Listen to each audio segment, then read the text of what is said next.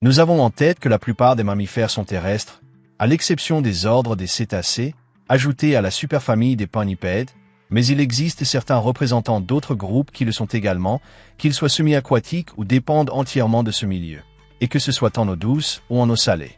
Cependant, il existe une famille qui a une très grande variété de représentants aquatiques. C'est la famille des Mustélidés.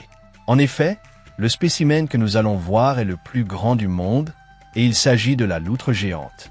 Cette loutre est endémique de l'Amérique du Sud.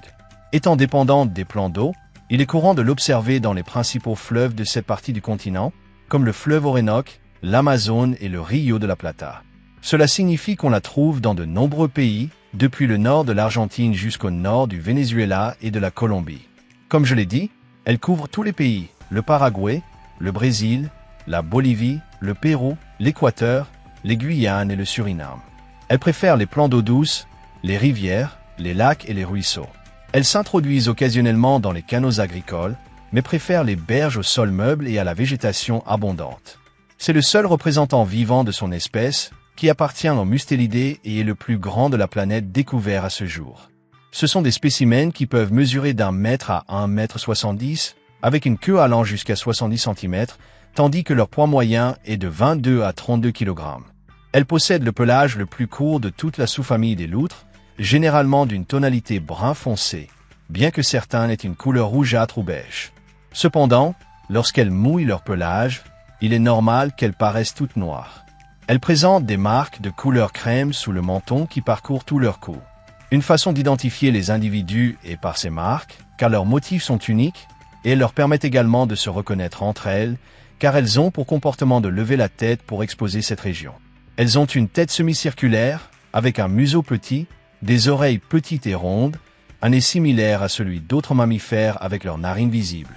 Au-dessus de leur bouche, elles ont des vibrisses, des poils tactiles qui les aident à détecter les changements de pression dans l'eau produits par leur proie. Leurs pattes sont courtes et épaisses, comme chez la plupart des Mustélidés. Leurs doigts, au nombre de 5 sur les membres antérieurs et de 4 sur les postérieurs, sont entièrement reliés par une membrane et sont pourvus à l'extrémité de griffes acérées et très résistantes. Leur dimorphisme sexuel tient principalement au fait que les mâles sont plus grands que les femelles. Ce sont des animaux grégaires, un comportement peu habituel chez les Mustélidés. Ils forment des groupes sociaux allant jusqu'à 20 membres, dominés par un mâle, mais ils comptent généralement de 3 à 8 individus. Ils sont très coopératifs, jouant, voyageant, se toilettant, mangeant et dormant tout le temps ensemble, où ils effectuent des rôles comme chercher des endroits pour manger, protéger le groupe d'autres familles ou d'autres espèces, en plus de veiller sur leur territoire, étant des animaux très territoriaux, surtout le mâle alpha, qui peut occuper jusqu'à 12 km².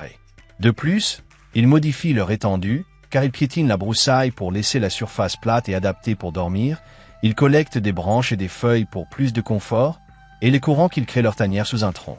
Ils utilisent aussi des lieux spécifiques pour faire leurs besoins. Normalement, ces latrines sont en périphérie de leur territoire. Il y a aussi certains spécimens solitaires, ce qui arrive lorsqu'un jeune individu cherche sa propre famille. Ils suivent une activité similaire, mais seuls. En général, ils ont tendance à être très pacifiques entre eux et évitent les conflits en lançant des avertissements avec des bruits et des postures. Mais si l'intrus ne cède pas, ils procéderont à mordre et à griffer. Les conflits ne sont généralement pas mortels, mais il est aussi courant que les blessures s'infectent. De plus, ce sont des animaux diurnes qui préfèrent être sédentaires. Ils migrent rarement vers d'autres endroits, principalement lors des saisons des pluies.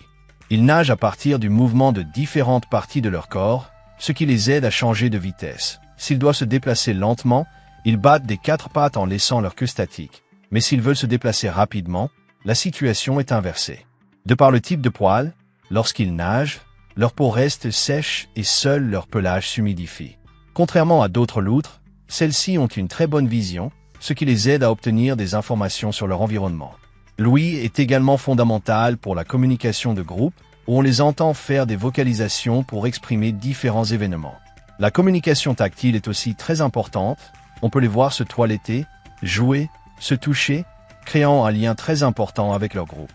Enfin, la communication chimique les aide à détecter les limites de leur territoire et le début de ceux qui les entourent. Tous ces sens leur permettent d'identifier un intrus dangereux ou un prédateur.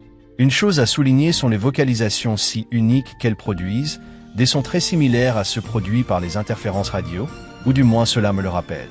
Ce sont des animaux carnivores qui basent leur alimentation sur des poissons. Elles sont de ces espèces qui chassent différentes espèces de piranhas. Elles chassent aussi des crustacés, des serpents et des reptiles de petite taille. Elles les identifient principalement par la vue dans les eaux peu profondes, où elles font surface et voient où ils sont. Une fois immergées, elles détectent leur direction grâce à leur vibrisses et les capturent avec leur bouche et leurs dents. Elles peuvent le faire individuellement ou en coopération, cette dernière s'appliquant normalement à des proies plus grandes, comme de petites anacondas, qui sont amenées sur la terre ou mangées dans l'eau, où elles nagent sur le dos et positionnent leur proie sur leur ventre, arrivant à consommer jusqu'à 3 kg quotidiennement. Ce sont des animaux monogames, chose aussi rare chez les mustélidés, où le couple dominant est celui qui se reproduit, tandis que le groupe est constitué de leurs petits. Elles présentent des pics reproductifs à la fin du printemps et au début de l'été. La majeure partie de ce que l'on sait de leur reproduction provient de la captivité. On sait que l'accouplement a lieu dans l'eau. Leur gestation dure approximativement 65 à 70 jours. Elles donneront naissance à 1 à 5 petites, la moyenne étant de 2 à 3, chacune pesant généralement 170 grammes. Les 2 à 3 premières semaines, elles les passent dans les tanières. Elles ouvrent les yeux au bout d'un mois d'âge. Elles sont nourries par la mère, mais tous les membres jouent un rôle important dans leur développement, y compris le père, qui en prend soin et joue avec elles. Elles sont sevrées à l'âge de 3 à 4 mois et deviennent indépendantes de 9 à 10 mois, atteignant la maturité sexuelle à 2 ans. Normalement, les adultes quittent leur groupe pour chercher le leur, mais ils peuvent rester un certain temps dedans. Leur espérance de vie moyenne à l'état sauvage atteint 8 ans. La deuxième cause de mort survient chez les petits à cause des prédateurs, tandis que les solitaires sont susceptibles d'être victimes de jaguars et d'anacondas, mais tant qu'ils vivent en famille, il est rare qu'ils soient attaqués. D'autres peuvent tomber victimes d'anguilles électriques, qui ne sont pas leurs prédateurs mais se défendent contre elles. De plus, ils sont en compétition avec d'autres prédateurs qui se nourrissent de proies similaires. En captivité, ils peuvent vivre 12 ans, étant une espèce présente dans certains eaux du monde et qui s'y reproduisent avec succès, chose importante pour leur conservation.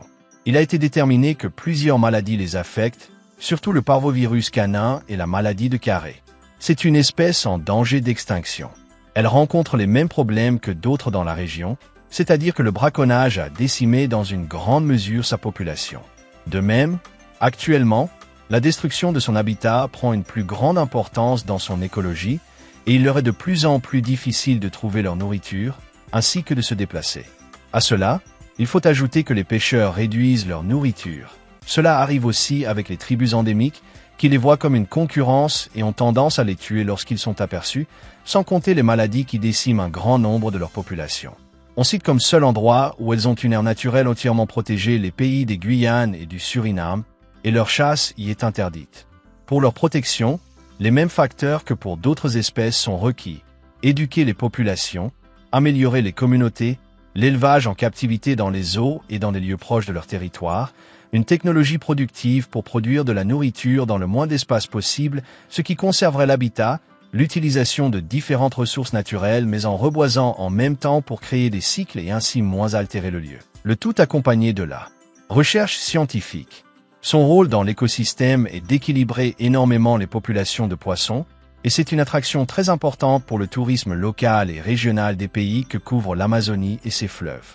Le plus grand mustélidé du monde et que l'on ne peut trouver qu'en Amérique du Sud, une espèce qui est un trésor naturel pour cette partie du continent, un spécimen de plus parmi ceux de l'Amazonie, qui est en danger mais pour lequel on garde encore l'espoir de pouvoir établir un ordre où l'être humain et les autres espèces coexistent sans que la balance ne penche trop. Voilà la loutre géante. J'espère que la vidéo vous a plu. Si c'est le cas, mettez un like.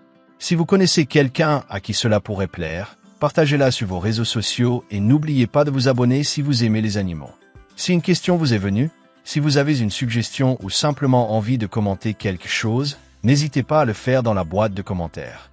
De plus, si vous êtes un grand fan de cette chaîne, activez la cloche de notification pour être parmi les premiers à voir les vidéos. Merci beaucoup d'avoir regardé cette vidéo. À bientôt.